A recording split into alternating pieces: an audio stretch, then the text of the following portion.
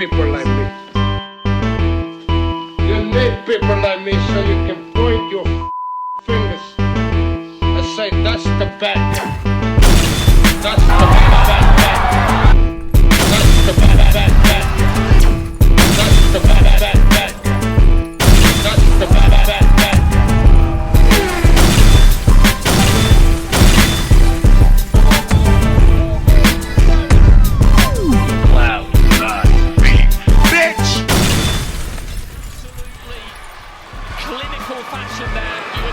Welcome to the mother relay. We're covering today's top boxing news. Okay, we'll start with this. Keyshawn Davis is set to challenge Dennis Berinchyk for the WBO lightweight title in New York. The most meaningful performance of Keyshawn Davis' 3-year pro career has earned the Olympic silver medalist his first world title shot.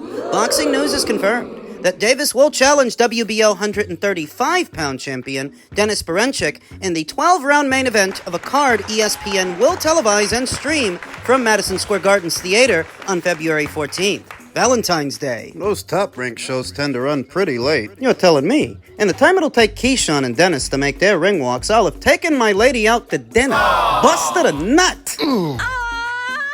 ESPN.com's Mike Kopinger first reported that a deal has been finalized by promoter Top Rank for Davis to box Berinchyk. Davis destroyed Argentina's Gustavo Lemos in a star-making outing in his last fight. An announced crowd of 10,568 assembled for that main event November 8th at the Scope Arena in Davis's hometown of Norfolk, Virginia, where the rapidly developing Davis proved himself to be one of the few American boxers capable of drawing a crowd that size. Lemos, 29-2, 19 knockouts, rather ridiculously came 6.5 pounds overweight for his 135-pound bout versus Davis. An undeterred Davis fought him anyway. Once Lemos weighed in under a second-day weight restriction that was written into their revised contracts November 7th, Lemos also surrendered 6 figures from his purse in commission fines and penalties to Davis, who was at an obvious weight disadvantage when they entered the ring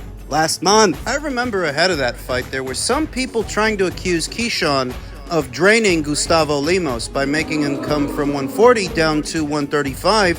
As it turns out, he didn't have to make 135. Didn't matter anyway. You can see he didn't bother to make it, but in the end, didn't make a difference. Keyshawn dominated him, as I expected he would, because it all boils down to styles, folks. Keyshawn Davis is not a guy you should try to pressure, and he's not a guy you should try to stand right in front of. The 25-year-old Davis still sent Lemos to the canvas 3 times in the second round before referee Raul Caiz Jr. halted the action at 1:08 of the second round. Before Davis annihilated him, Lemos lost only a close 12-round unanimous decision to newly crowned IBF champion Richardson Hitchens in a controversial bout. In his previous fight, which took place April 6th at the Fontainebleau in Vegas, Fontainebleau, Ukraine's Berinchyk, 19-0 with 9 KOs, won a then unclaimed WBO lightweight title May 18th when he convincingly defeated 3-division champion Emmanuel Navarrete by a unanimous decision in a 12-rounder at the Pechanga Arena in San Diego. Berinchyk, 36, will make his first defense of that WBO title when he faces Davis. Yeah. So Dennis Berinchyk of the Ukraine is a well-schooled amateur like many Ukrainian boxers are, the ones we've seen. Vajdik, Lomachenko, Usyk, you know the drill. Yeah. Talked about his base style and how it seems to live somewhere in between the boxer-puncher and the pressure fighter, because he has the movement and the fundamentals of the boxer-puncher, but the aggression, the spite, and the mean spirit, the combinations of the pressure fighter. That aggression has given him success in most fights. I don't think he will be successful in this one. Now, I do think he can push Keyshawn Davis a bit harder than Gustavo Lemos, but not enough that he wins. His best weapon in the fight seems to be the angles that he cuts, his movement. But those are 36-year-old legs. And I don't trust him. But they may keep him out of harm's way, at least momentarily, that he doesn't come right at you in a straight line. He doesn't come at you head on. He tries to cut angles before he does it. It's going to be a good fight. I think it's going to be a good fight, good action fight, and a good litmus test for Keyshawn Davis. You want to make it in the big time, you have to prove you can make it past a Dennis Berinchyk. The move away from the finesse fighting kind of fighter, the Mayweather-esque kind of fighter, continues with Keyshawn Davis. I'm seeing a lot of that in the American boxing scene. More action, guys. More action fighters, which is what the American boxing scene needs. A return to brutality. That's what attracts people. It's what draws in the casual audience. The action. It takes time before you start to appreciate a boxer's finer qualities. The finesse from the finesse fighters. Because it really isn't everybody's cup of tea. Your former fighter, Shakur Stevenson, against Gervonta Davis. In your opinion, how does that fight play out, and who wins that? Well, I'm prejudiced because even though Shakur was a former fighter in the sense that we used to promote him, I thought he was a tremendous talent. I still think he is, and I think he'll beat any lightweight with the possible exception of Keyshawn Davis. That's a fight we probably will never see, huh? Neither guy wants to fight each other. We've heard that a good number of times when it comes to Shakur and Keyshawn, that these two young American talents may never fight because they're good friends and they don't need to fight each other. There's enough out there that they don't have to go after one another. Now that sentiment may change over time. Money has a way of changing things, changing people. Over time, if the fight is worth something, they could change their minds. Yeah. Bob says that Keyshawn might be the one that beats Shakur. I don't necessarily agree with that, even though I'm more partial to Keyshawn's base style, his way of fighting a fight. Shakur's got the right style for him.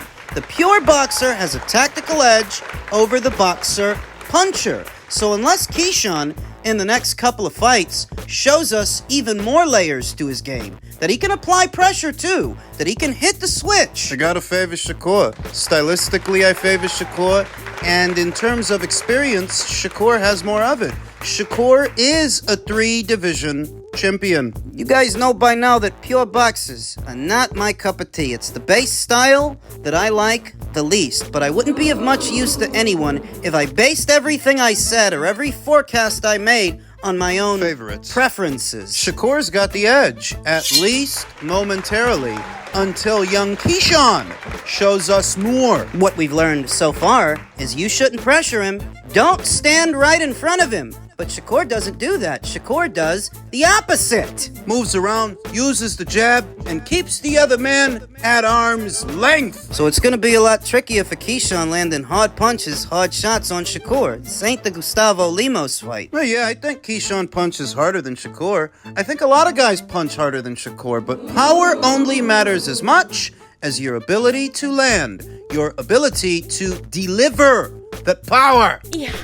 Suppose it's much ado about nothing, because I reiterate, those two guys have gone on record more than once saying they don't want to fight each other. They don't want to fight. So this is not something that we're on the eve of, in spite of the both of them campaigning at the same weight. So then who does Keyshawn go after if he beats Dennis Berinchyk? Gervonta Davis. Keyshawn and Shakur jointly can apply the pressure on Gervonta Davis. Run him out of boxing. Force him into retirement. If he does, we'll know why. That's what he's talking about. Force him to vacate the title, then fight the guy that picks it up. Whoever it is. That's what they can do. That's a solution, at least a momentary solution. Put the pressure on everybody else that's around. Gervonta Davis, WBA champion. Vasyl Lomachenko, IBF champion. He's thinking about retiring, which wouldn't be so bad if he weren't in possession of an alphabet title. At some point, it's time to shit and get off the pot. Nothing against him, but so long as you are a reigning champion, you've got the same obligations as everybody else, and if you don't want to meet them, then you're part of the problem. Then you're just holding up the division. Let's not get too ahead of ourselves. Keyshawn has got to make it past Dennis Berinchyk. And at first glance, I do think it's going to be a tougher fight than the Gustavo Lemos fight. Men's heavyweight news ahead of this weekend's mega match. Lennox Lewis fears Tyson Fury has been scarred by Alexander Usyk, a form of post-traumatic stress disorder, not dissimilar from what we saw from Tim Kazoo in the Bakram Murtazalia fight, how he kept pawing at his head even though he wasn't cut. The residual effects of the Sebastian Fundora fight. Does Tyson Fury yield any residual effects from his first fight with Usyk? Former world heavyweight champion Lennox Lewis believes the trauma of the 9th round Tyson Fury endured against Alexander Usyk in May could have lingering effects. The heavyweights meet again on Saturday in Riyadh, Saudi Arabia, having combined in a great heavyweight fight earlier this year. Fury somehow survived that 9th round, but it was desperately one-sided. Usyk punched him around the ring and Fury was dropped and nearly stopped. Some observers felt that the fight could have been halted in the Ukrainians' favor when Fury was hanging on. It should have been halted. The referee gave Fury maximum consideration. That's the only reason he survived. I've seen fights stopped for less. The Englishman had little left, but made it through. However, Lewis recognizes that the damage of that round could stay with Fury, if not physically, then mentally. Yeah, of course. There will be scars from the 9th round, Lewis told Boxing Scene. I mean, there's only one guy that got hurt in that fight, and it wasn't Alexander Usyk, it was Tyson Fury. And now Alexander Usyk knows he can hurt Tyson Fury. He almost got him the last time. He almost knocked him out. This time, he's probably going to be trying to knock him out, knowing that he can hurt him. Definitely.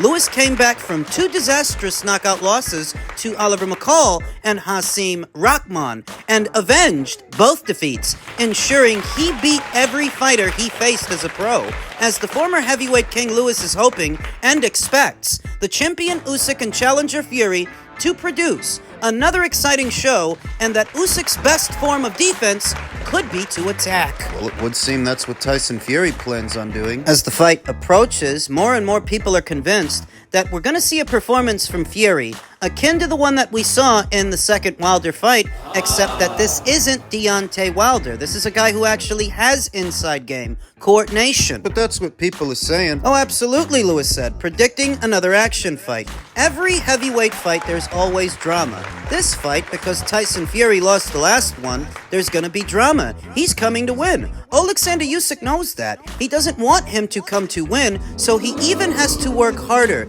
to make sure that he doesn't win. I can't really go against Usyk because he's an undisputed champion in 2 weights now. It's a situation where he has to keep Tyson Fury at bay. By keeping him at bay, he has to go at him. He has to go at him and try to win this fight. Being mindful that the 9th round and the effects of it may be still lingering in the recesses of Tyson Fury's mind, Lennox is scared. He's afraid that Fury is scarred, while Fury's sparring partner Kevin Lerena and current reigning WBC Bridgerweight champion, He's a lot more hopeful. he says Tyson Fury's stronger and more explosive this time. Tyson Fury's sparring partner Kevin Lerena believes that Fury is stronger and more explosive than in his first camp to fight Alexander Usyk. Well, this is the guy's sparring partner. What do you expect him to say? Kevin Lerena, a cruiserweight that moved up in weight like Alexander Usyk. Kevin Lerena, a southpaw like Usyk is a southpaw, is no Alexander Usyk. Makes you say that. The pedigree. Alexander Usyk is an Olympic gold medalist, where Kevin Lerena has no amateur experience. Whatever he learned in boxing, he learned on the job as a pro. That matters.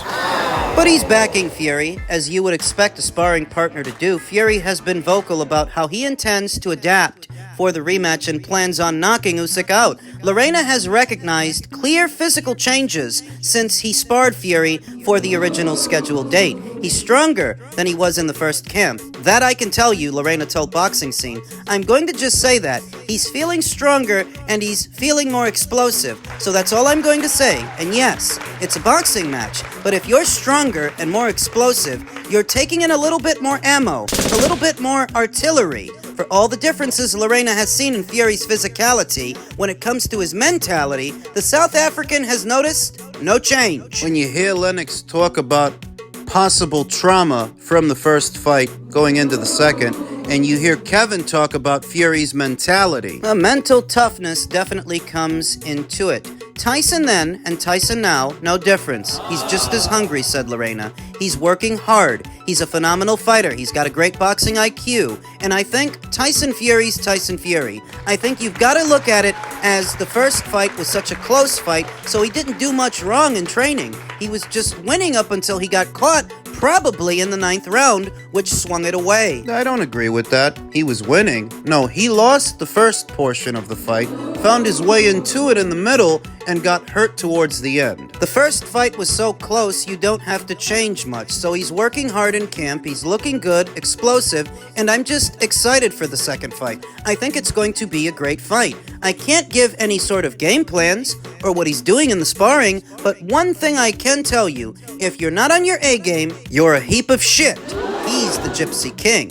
He's been in there many times. He knows his way around the ring. He can fight going forward. He can fight going back. He can box. He's got skills. He can move. Yeah, I can say all that same stuff about Usyk. So it's whatever he wants to do on the day. But if you're not on your A game, you're going to have your hands full. That I can tell you. So that's not giving away too much. Not much to give away. You're saying that he's stronger, that he's more explosive. People notice that he's put on size. He himself has said on more than one occasion that he's going for the knockout. That doesn't leave much to the imagination. In spite of his bad intentions for Usyk, Kevin says that Fury has been in good spirits in camp.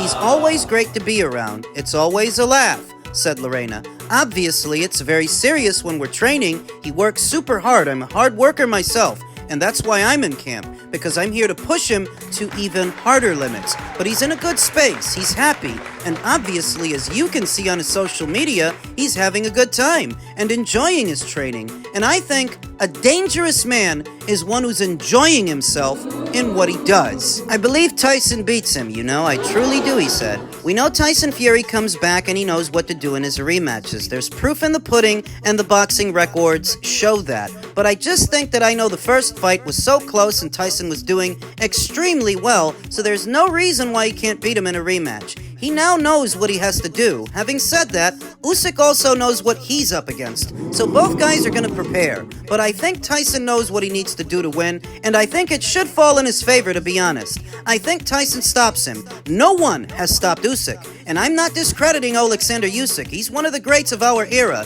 and he's a phenomenal fighter. But I think if there is a man who can stop him in his tracks, it's Tyson Fury. We'll see. It's the perception of the first fight that I'm still hung up on. It wasn't close, not to me. Fury was losing the first portion of the fight, finds his way into it in the middle, then gets caught, gets hurt towards the end. Mental toughness. Subject to some debate as it pertains to Tyson Fury, him having pulled himself out of drugs and depression, pulled himself out of the abyss, but did he really? He's still treating his nose. He's still using drugs. Want to look at him through rose-tinted lenses or something? He's still on that booger sugar. In the abyss? What abyss? You absconded for 2 years because you were under investigation by the BBBOC and UCAD. He didn't disappear for no reason. That's the part they always leave out of the Tyson Fury story. So it's a little hard to digest these annotations when you are so deliberately looking at him through rose-tinted lenses.